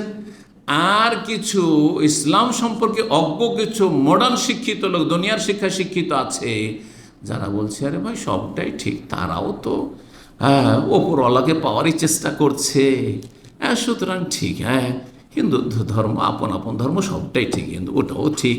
আবার বুদ্ধিস্ট আছে, ওটাও ঠিক, খ্রিস্টানদের ওটাও ঠিক, ওরাও ভালো কাজ করছে, ইহুদিদের ওটাও ঠিক। আর তারা কি করছে, একটা উদাহরণ দিচ্ছে। কি উদাহরণ? এর আগেও বলেছি, ঢাকা শহরে আসার জন্য মেলা রাস্তা আছে, আরে কোন একটা রাস্তা দিয়ে আসলেই তো আপনাদের উদ্দেশ্য হচ্ছে কোথায় যাব, গণভবনে যাব, এই যে আন্দোলন সভা চারিদিক থেকে যেখান থেকে আসলেন না ঢাকা, উদ্দেশ্য আসল টার্গেট হচ্ছে ঢাকা পৌঁছে গেলেন। বলছে ওই রকমই সমস্ত ধর্ম অবলম্বীর উদ্দেশ্য হচ্ছে ওপরওয়ালা। সুতরাং হিন্দু ধর্ম দিয়েও আসা যায়, খ্রিস্টান ধর্ম দিয়েও আসা যায়, ইহুদি ধর্ম দিয়েও আসা যায়, আর বুদ্ধিজম দিয়েও আসা যায়, আর শিখিজম দিয়েও আসা যায়, আর ইসলাম দিয়েও আসা যায়। এরা মুসলিম নয়, এরা কাফির। এটাই এর ইমান ভঙ্গ হয়ে গেল। যদি ইমান থেকে থাকে তো ইমান শেষ। এখানে ইমান, ইসলাম শেষ, তার ইমান নষ্ট হয়ে গেল, ইসলাম নষ্ট হয়ে গেল, তৌহিদ নষ্ট হয়ে গেল, ইসলামের কোনো অংশ নেই। বলছেন তারপরে ওয়াহাজান নাকজ মুজমাউন আলা কুফরে ফাইলিহি, এতে কোনো ইখতিলাফ নেই, যেটা ইখতিলাফি মাসলাহ, এর ওপর এজমা উম্মতে মুসলিমার আবু হানিফা, শাফি, মালিক, আহমদ, আহলে সুন্নাত ওয়াল জামাত, আহলুল হাদিস, মুহাদ্দিসিন, ফুকাহা, সমস্ত উলামায়ে কেরামদের কি রয়েছে? এজমা, ঐক্যমত রয়েছে। এখানে মুশরিক বলতে আল কাফিরুল আসলি, যারা জন্মসূত্রে কাফের বা অমুসলিম, তাদেরকে যদি কেউ মনে করে যে তারা মুসলিম, তাদেরকে কাফের বলা যাবে না, অথবা কাফের কেন বলছেন আপনি, আমার একটু সন্দেহ হচ্ছে, অথবা তারাও তো ঠিকই করছে, তাহলে কাফের। কিন্তু মুসলিম সমাজের যারা বিভিন্ন কুফরি কাজে লিপ্ত আছে, এদের ক্ষেত্রে সতর্ক, সাবধান, ঢালাওভাবে বলা যাবে না। এবং সেই ব্যক্তি মন্তব্য করতে পারবেন না, এখানে যোগ্য বিজ্ঞ ওলামায়ে কেরামদের ভূমিকা কাজ করবে। সাধারণ মানুষ আবেগে ফতোয়াবাজি করলে হবে না। আপনার বিরোধী ও তো নাস্তিক, ও তো বেটা কাফের, ও তো ইসলামের দুশ্মন, এই কথা বলার কোনো চান্স নেই, কোনো সুযোগ নেই। আপনার এই অধিকার নেই, আমার অধিকার নেই, আমার অধিকার নেই। যদি দেখেন যে স্পষ্ট কুফরি কাজে লিপ্ত কেউ, ধরেন একজন জন্মসূত্রে মুসলিম কিন্তু বড় শিরক বা বড় কুফরি দেখছেন, এমন একটা কথা বড় কুফরি, বেশ কিছু এইরকম নেতা মাথা আছেন না মুসলিম সমাজে, কুরবানি করে কি হবে? এত রক্তপাত করে আর এত টাকা লস করে দেশের অর্থনীতি নষ্ট করা হচ্ছে না? কথা বলেছে না, বলেনি? কথাটি কুফরি কিনা? বলবো কথা কুফরি, কিন্তু সেই ব্যক্তি কাফের কিনা এর জন্য এত সহজে ফতোয়া দেওয়া যাবে না। কাফের বলে আখ্যায়িত কাজ, এটাকে তাকফির বলা হয়। কাফের বলে, কাফের ট্যাগ লাগাবার জন্য, কাফের বলে আখ্যায়িত করার জন্য কিছু কন্ডিশন, শর্ত রয়েছে। সে শর্তগুলি বিদ্যমান থাকতে হবে। কিছু বাধা রয়েছে, যেই বাধাগুলি দূরীভূত হয়েছে কিনা, যদি বাধা থাকে এখনো, অথবা কোনো শর্তগুলি যদি অসম্পূর্ণ থাকে, তাহলে কাফের বলা যাবে না। হতে পারে সেই ব্যক্তি মূর্খ, আর কোনোদিন কোনো আলেমের কাছ থেকে জানার তার সুযোগ হয়নি বিষয়গুলি, বিষয়টা জানার সুযোগ হয়নি, অথবা সে কোনো জায়গা তাকে বাধ্য করা হয়েছে, নিরুপায় হয়ে বলেছে, ইকরাহ, জবরদস্তি করা হয়েছে। যেমন ধরেন আজকাল সোশ্যাল মিডিয়ায় দেখছেন যে এক শ্রেণীর জালেমরা রাস্তা একজন মুসলিমকে ধরে নিল, আর তারপরে বলছে, এই বল, কি বলছে? জয় শ্রীরাম, জয় কৃষ্ণ। আপনি একজন মুসলিমের মুখে শুনে নিলেন আর বলে দেন যে তুই দেখে জয় শ্রীরাম বললো, তো কাফের হয়ে গেছে, বলবেন নাকি? নাও, কাফের নয়, কারণ এই ব্যক্তি নিরুপায় হয়ে বলেছে। কথা বোঝা গেছে? সুতরাং জন্মসূত্রে যারা মুসলিম, তাদেরকে কাফের বলা সাধারণ মানুষের কাজ নয়, আর একজন দুজন আলেমের কাজ না। দেশের বিজ্ঞ আলেমরা তাহলে সেই বিষয়টি যদি তদন্ত করতে হয়, সেই বিষয়ে যদি কোনো একটা ফতোয়া দিতে হয়, তাহলে সবাই বসে আলাপ আলোচনা করবেন সব দিক নিয়ে, আর তারপর হুজ্জত কায়েম করবেন যে আপনি কিন্তু এটা কুফরি কথা বলেছেন, আপনি এতে ফিরে আসছেন কিনা। যদি ফিরে আসে আহলান ও সাহলান, যদি বলে যে না আমি যেটা বলছি সেটাই, যে সব ধর্মই ঠিক, তাহলে তখন বলা যাবে যে কাফের, তখন তুমি কাফের। এই জন্য কোনো মুসলিম ভাইকে আপনি আবেগে কাফের বলে দিলে আপনার কাফের হওয়ার সম্ভাবনা বেশি। এই জন্য আমরা বলি কাজটি কুফরি, অথবা আমভাবে তাকফিরে আম করা যায়। যেই ব্যক্তি আল্লাহ ছাড়া অন্যকে সেজদা করবে সেই ব্যক্তি কাফের, সেই ব্যক্তি মুশরিক, এ কথা বলা জায়েজ, এ কথা ঠিক, সত্য কথা এটা। কিন্তু একজন লোকে, জনৈক ব্যক্তি আপনি দেখছেন যে সেই ব্যক্তি কি করলো, আপনার চোখের সামনে মাজারে সেজদা করে দিল, আপনি বলবেন যে তুমি কাফের, এ কথা আপনার বলার ইখতিয়ার নেই। এটা তাকফির মুআয়্যান, নির্দিষ্ট ব্যক্তিকে হ্যাঁ, নির্দিষ্ট একটি দলকে ঢালাওভাবে, নির্দিষ্ট একটি পরিবারকে ঢালাওভাবে কাফের, এরা সব নাস্তিক, এটা বলা যাবে না। এটা বোঝা গেছে? অমুক ব্যক্তি নাস্তিক, এটা আপনার বলার অধিকার নেই। কিন্তু যদি কেউ বলে আল্লাহ নেই, পরকাল নেই, তাহলে বলবো সে নাস্তিক। তা বোঝা গেছে না? জান্নাত নেই, জাহান্নাম নেই, অথবা হ্যাঁ অলি আউলিয়া দিতে পারে, তখন বলবো যে সে কাফের। কিন্তু ওই ব্যক্তি নির্দিষ্ট করে নাই, যারা এরকম বলবে, যারা এরকম বিশ্বাস রাখবে, যারা এই যে একটা হচ্ছে আমভাবে বলা, আর একটা হচ্ছে খাসভাবে নির্দিষ্ট করে বলার ক্ষেত্রে বেশ কিছু শর্ত রয়েছে আর বেশ কিছু বাধা নিষেধ রয়েছে। কথাগুলি যেন মনে থাকে, আর আমরা আবেগে কখনো কোনো আক্রোশের ভিত্তিতে কারো ওপর আমরা ট্যাগ লাগাবো না। জি, মুসলিম সমাজের কেউ যদি হয় আর ইসলামের একবার সুস্পষ্ট বিষয় যদি অস্বীকার করে, তখন কাফের বলা যাবে। এমন সুস্পষ্ট বিষয় যেটা জানাটা স্বাভাবিক বিষয়, যেমন আল্লাহ সম্পর্কে, আল্লাহ এক, পরকাল, রাসূল। এখন একজন জন্মসূত্রে মুসলিম আর মুহাম্মদ সাল্লাল্লাহু আলাইহি ওয়াসাল্লামকে রসুল মনে করেন না, তারপরে বলছেন না কিছু বাধা আছে। আর কিসের বাধা আছে? স্পষ্ট বিষয়টি বোঝা গেছে না? রিসালাতকে অস্বীকার, কোরআন আল্লাহর কিতাব অস্বীকার, কাফের। জি। তো বলছেন কেমন আনকার আল বাস ওয়াল কিয়ামত, কেউ যদি পুনরুত্থানকে অস্বীকার করে, কিয়ামতকে অস্বীকার করে, অথবা কোরআন একটি আয়াতকে অস্বীকার করে, একটি আয়াত অস্বীকার করে, আমি এটি আয়াত মানি না, এইটি আমি এই সূরাটি আমি বিশ্বাস করি না, এই বিষয়টা আমি চোরের শাস্তির বিধান বিশ্বাস করি না, ও কাফের। জি, ইত্যাদি, তখন মুরতাদ বলা যাবে।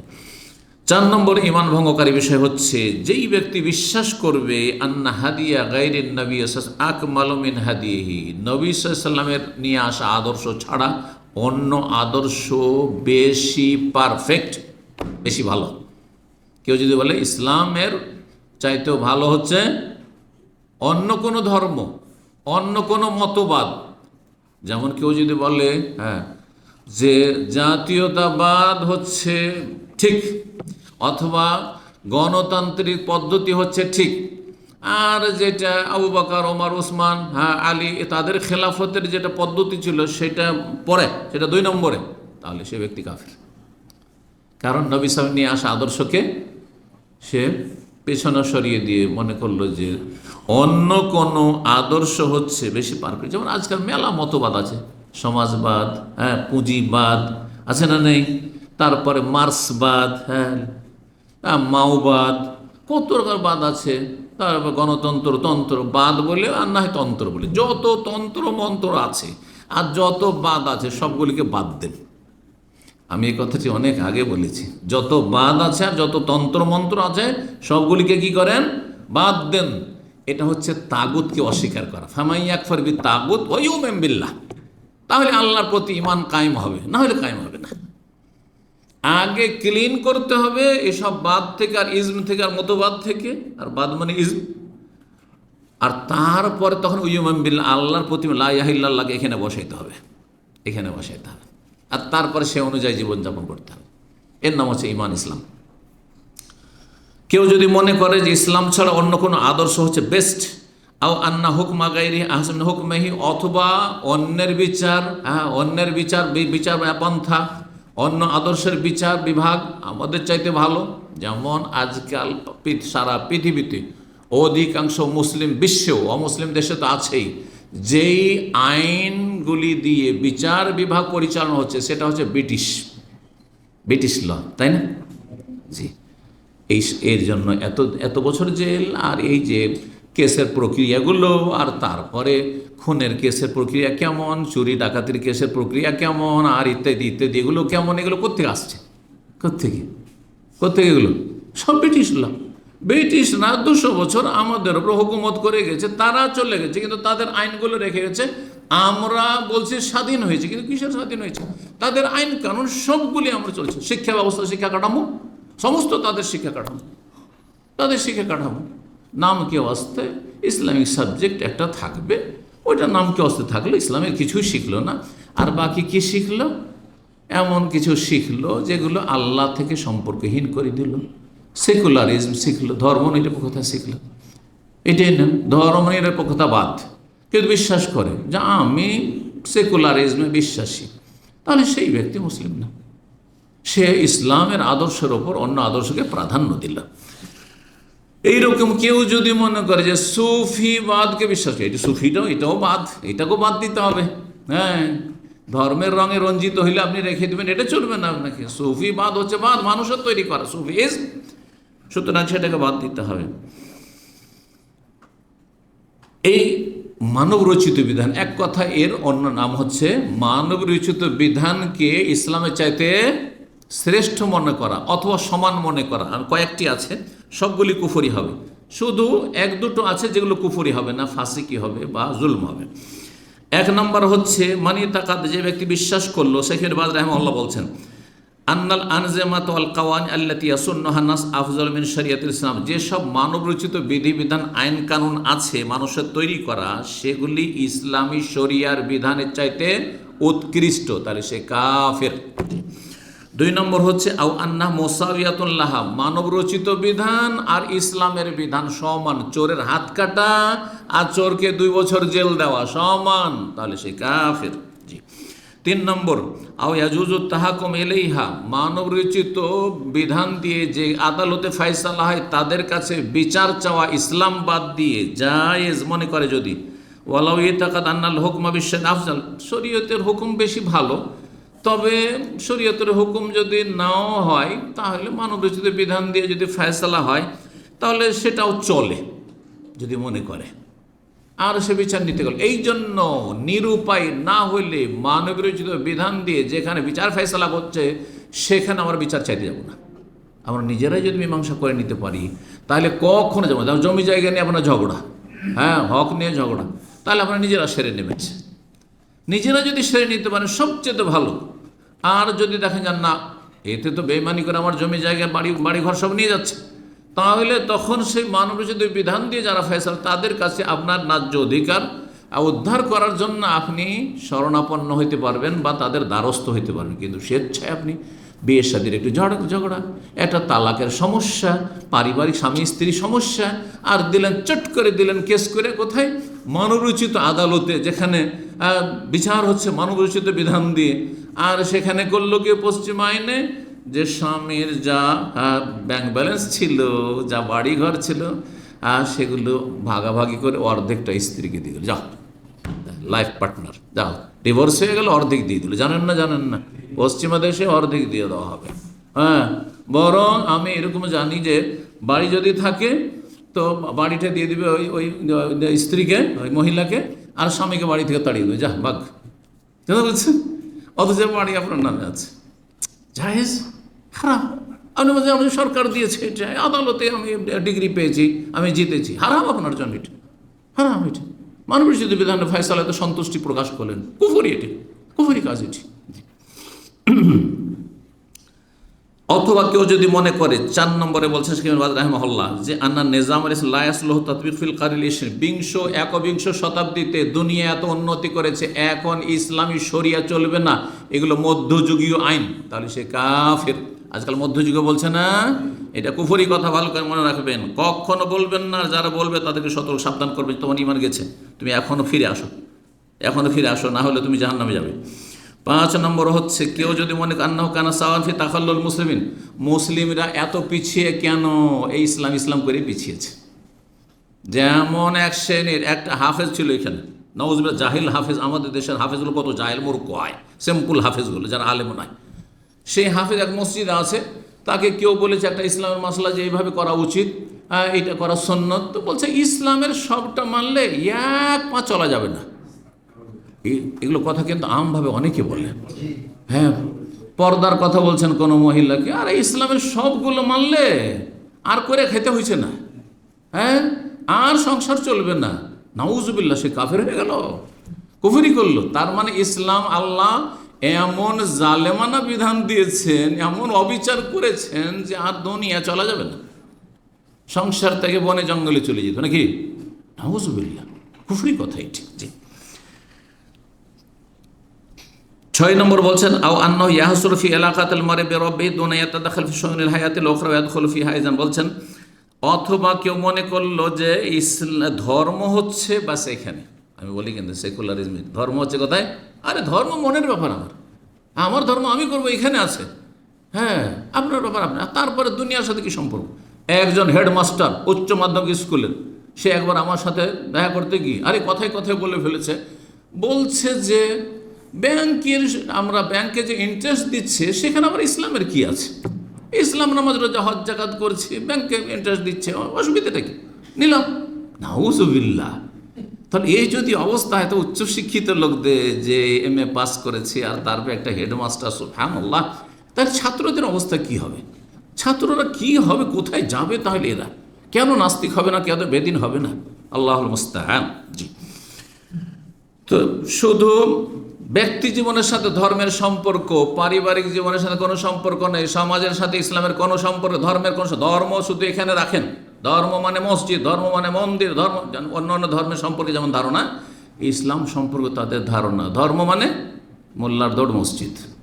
ধর্ম আপনি রাস্তাঘাট ধর্মের কথা বলবেন না আপনি, হ্যাঁ ব্যবসা বাণিজ্য আবার ধর্মের কথা বলবেন, এটা হালাল ওইটা হারাম এটা বলবেন না আপনি।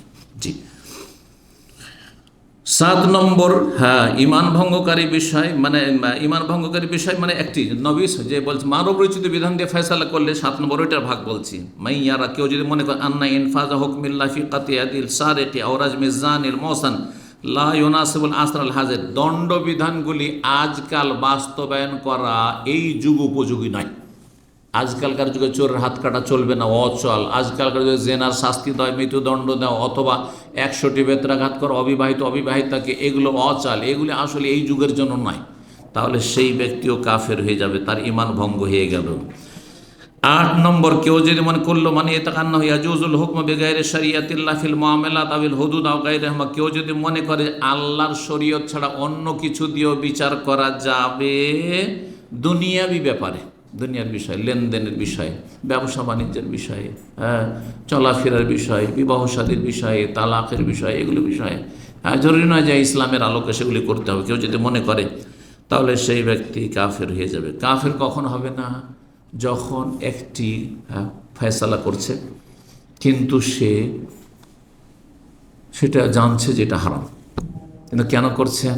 বলছে ভাই আমাকে, আমার চাকরি কি করব, আমার তো পেট চলে না, আমি জানছি যে এটা গুনহার কাজ, ওনার কাজ এটা জানছি, নাজায়েজ কাজ আমি জানছি, মানছি, কিন্তু আমি কিসের জন্য করছি? এই জন্য করছি, আমি দুনিয়ার একটা স্বার্থে করছি। তখন তাকে কাফের বলতে পারবেন না, তখন তাকে কাফের বলতে পারবেন না। কয়টি বললাম? 4টি নিয়ে আলোচনা হয়েছে, তাই না? 4টি বিষয় নিয়ে। তো চতুর্থটি কি? মানব রচিত বিধান, নবী সাল্লাল্লাহু আলাইহি সাল্লাম নিয়ে আসা আদর্শ ছাড়া অন্য কোনো আদর্শকে কেউ যদি ইসলামের আদর্শের চাইতে উত্তম বলে, সমান বলে, অথবা যেসব 8 ভাগে ভাগ করে বললাম, বিস্তারিত আলোচনা করলাম। 5 নম্বর যে বিষয়টি, সেটা দিয়ে শেষ করব, যাতে করে আর 5টি বাকি থাকে, সামনের সপ্তাহে ইনশাআল্লাহ আল্লাহ তৌফিক দিলে শেষ করব।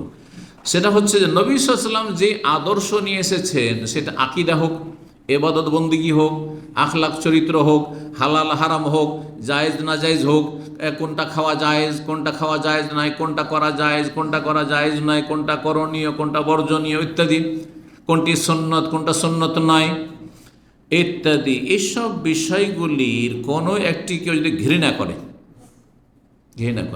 যেমন কোনো ব্যক্তি বাম হাতে কি করছে, চা খাচ্ছে, আমাদের সেটা একটু ফ্যাশন, কিন্তু কি করবে?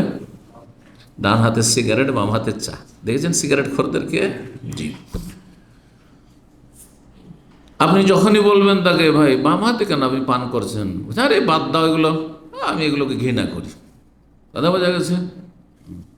একজন লোক, একজন মুসলিম, মাদ্রাসা পড়েছে একসময়, কেমনভাবে মানুষ মুরতাদ হয়ে যায়, আমার চোখের সামনে কথাটি। আমার তখন বয়স মাত্র 17-18 বছর। শিক্ষিত মানুষ, মাদ্রাসা থেকে সে কওমি মাদ্রাসা থেকে আলিয়া মাদ্রাসা থেকে সে হাই স্কুলের বা উচ্চ মাধ্যমিকের সে আরবি টিচার, নাউজুবিল্লাহ। তারপরে সে বলছে মানুষ নামাজ বলছে, অনেক নামাজ পড়েছি, এখন নামাজকে দেখলে গায়ের জ্বালা হয়, নামাজকে দেখলে আমার গা জ্বালা হয়। এ কথাটা কি? কুফর, ইমান ভঙ্গকারী বিষয়, ইমান নষ্ট হয়ে গেল, যা ছিল সব শেষ। দলিল কোরআনে কারীমের আয়াত, মহান আল্লাহ বলছেন যালিকা বিআন্নাহুম কারিহু মা আনজালাল্লাহ, সূরা মুহাম্মাদের আয়াত। আল্লাহ বলছেন শোনো, এরা কেন কাফের হয়ে গেছে, মুনাফিকরা কারিহু মা আনজালাল্লাহ, যা আল্লাহ নাজেল করেছেন সেই নাজেলকৃত বিধানকে তারা ঘৃণা করেছে। কেউ যদি ঘৃণা করে ফা আহবাতা আমাল, সুতরাং তাদের আমলকে আল্লাহ বরবাদ করে দিলেন, নষ্ট করে দিলেন। এখন তাহলে উদাহরণ দিই, বহু মানুষ আছে মুসলিম সমাজে যারা দাড়িকে ঘৃণা করে, দাড়িকে ঘৃণা করে। এগুলো মোতাবাদের কাজ, মোল্লাদের কাজ। নেগলেক্টেড মনে করে। আমি একজন ভালো টেকনিশিয়ান, আমাদের দিনী ভাই এখানেও আছে তোমার ভালো টেকনিশিয়ানকে, একবার তাকে বড় একটা প্রতিষ্ঠানের জন্য আমি সার্টিফাই করলাম যে খুবই ভালো টেকনিশিয়ান, কিন্তু সে যখন নিজেকে ফেস করলো এই বড় বড় দাড়ি নিয়ে, তখন মনে করছি তো মোল্লা হুজুর। তারপরে তাকে আর নিল না। আর তারপরে জানতে পারলাম যে সেই বিল্ডিংয়ে কাজ করেছে আমাদের সেই টেকনিশিয়ান ভাইয়ের ছাত্র। মানে এখানে সে পেটের গরজে সে এসি টেকনিশিয়ান হয়েছে, তাকে দিয়ে কাজ করিয়েছে, আর কাজ এত বাজে কাজ করেছে, 1 বছরও যায়নি ওই এসিগুলো। তাহলে ধারণাটা কি দাড়িওয়ালা সম্পর্কে? দাড়িওয়ালা মানে নেগলেক্টেড, এরা দাড়িওয়ালা মানে না এই চলবে না। আচ্ছা, হোটেলে 3 স্টার হোটেল দাড়ি নিয়ে গেছে আমাদের ভাই, ইন্টারভিউ দিয়েছে, সব কিছু ভাষাতে এক্সেলেন্ট, সব কিছুতে পাস। বলছে দাড়ি মুন্ডা এসো তাহলে চাকরি আছে তোমার। তাহলে কি এটা? আপনি দাড়িকে ঘৃণা করছেন, সুতরাং এটি কুফরি। টাকনার ওপরে কারো কাপড় দেখে গায়ের জ্বালা, কি অভদ্র লাগে দেখে। এটা অফিসে চলে? অফিসের মতো ড্রেস পরে আসতে হবে। যদি কেউ এই কথা বলে সে কাফের। কারণ নবী সাল্লামের নিয়ে আসা বিধান হচ্ছে টাকনার নিচে কাপড় গেলে জাহান্নামে যাবে, টাকনার ওপরে মুসলিম তুমি কাপড় রাখো। দাড়ি ওয়াজিব, জি। এমনকি কোনো সুন্নতকে, সুসাব্যস্ত সুন্নতকে কেউ যদি ঘৃণা করে, তাহলে নবী সাল্লামের নিয়ে আসা বিধানকে, যেটা সর্বস্বীকৃত কুরবানি, যদিও সুন্নাতে মুআক্কাদা, হানাফি মাযহাবে ওয়াজিব, বাকিদের কাছে সুন্নাতে মুআক্কাদা, কিন্তু স্বীকৃত। পুরো উম্মতে মুসলিমের উপর আমল করছে, পুরো তো মুসলিমরা জানছে, এটা ছোট থেকে বড়, ছোট বাচ্চাও জানছে যে আমাদের কুরবানি আছে ইসলামে, তাই না? এখন কেউ যদি বলে আমি কোরবানিটাকে মেনে নিতে পারছি না, এত পশু হত্যা হচ্ছে, এটা কেমন লাগছে যেন, কেমন লাগছে। তাহলে কি সে নবী সাল্লাল্লাহু নিয়ে আসা বিধানকে কি করলো? ঘৃণা করলো। এইরকম কত কি ঘৃণা করে। সুতরাং এই জন্য বলে, আমাকে যদি আমার দুনিয়ার কোনো কারণে যদি ঘৃণা করে, যে আমাকে দেখতে ভালো লাগে না, আমার সাথে চলতে ভালো লাগে না, তাহলে সে কাফের হবে না, যতই বড় আমি আলেম হয়ে যাক না কেন। আমার সাথে দুনিয়ার কারণে যদি শত্রুতা থাকে, কাফের হবে না, সে ফাসেক গুনাহগার, যদি সে জালেম হয়, মানে অবিচার করে আমার ক্ষেত্রে। কিন্তু যদি আমার ধার্মিকতার দাড়ির কারণে আমাকে ঘৃণা করে, আমি আলেম সহি আকিদার সেই জন্য ঘৃণা করে, সহি আকিদার উপর তার ঘৃণা, কোরআন সুন্নাহর দাওয়াতের উপর তার ঘৃণা, এইরকমই আমার লেবাস পোশাকের উপর ঘৃণা, কারণ আমার ইসলামিক পোশাক, ইসলামিক বেশভূষা, তাহলে সেই ব্যক্তির ঈমান নষ্ট হয়ে যাবে, সেই ব্যক্তির ঈমান নষ্ট হয়ে যাবে। ভালো করে শোনেন, বলছেন ওয়াল ইজমাউ মুনাকিদুন আলা কুফরি মান আবগাদ শাইআ মিম্মা জা বিহি রাসূল সাল্লাল্লাহু আলাইহি ওয়াসাল্লাম। এই ব্যাপারে ইজমা রয়েছে, ঐক্যমত রয়েছে যে রাসূলুল্লাহ যা কিছু নিয়ে এসেছেন তা যদি কেউ ঘৃণা করে, তার সাথে বিদ্বেষ রাখে, তাহলে সেই ব্যক্তি কাফের হয়ে যাবে। ইমাম বহুতি রাহমাহুল্লাহ কাশফুল কেনা 6ষ্ঠ খণ্ড 168 পৃষ্ঠায় এই বিষয়টি উল্লেখ করেছেন। সুতরাং বিষয়টি এত সহজ নয়। দেখেন, এই জন্য বলি, দাঁড়িয়ে রাখছেন না আপনার ব্যাপার, আপনি গুনাহ করছেন, কিন্তু এতে আপনার ঈমান নষ্ট হবে না। আপনার যদি 5 ওয়াক্ত ফরজ ঠিক থাকে বা ওয়াজিবাত ঠিক আছে, একটা ওয়াজিব ছুটেছে, একটা গুনাহ আছে, অনেক নেকি আছে, আল্লাহ গফুর রহিম, এবং একসময় হয়তো আল্লাহ তৌফিক দেবেন, ঈমান যখন ওইরকম শক্তিশালী হবে। এরকম মানুষের আপনার কারো দাঁড়িয়ে নেই, আর একজনের দাঁড়িয়ে আছে কিন্তু গীবত করছে, আর অন্য পাপে আছে, পাপ মানুষের হইতে পারে, কিন্তু আপনি যদি দাড়িওয়ালাকে ঘৃণা করেন তাহলে মহাবিপদ, আপনার ঈমান নেটানাটানি, কিন্তু ঈমান নষ্ট হয়ে যাবে। এইরকমই আপনি টাকার নিচে কাপড় রাখছেন, আপনি গুনাহগার, কিন্তু যারা টাকার উপর কাপড় রাখছে তাকে ঘৃণা করিয়েন না।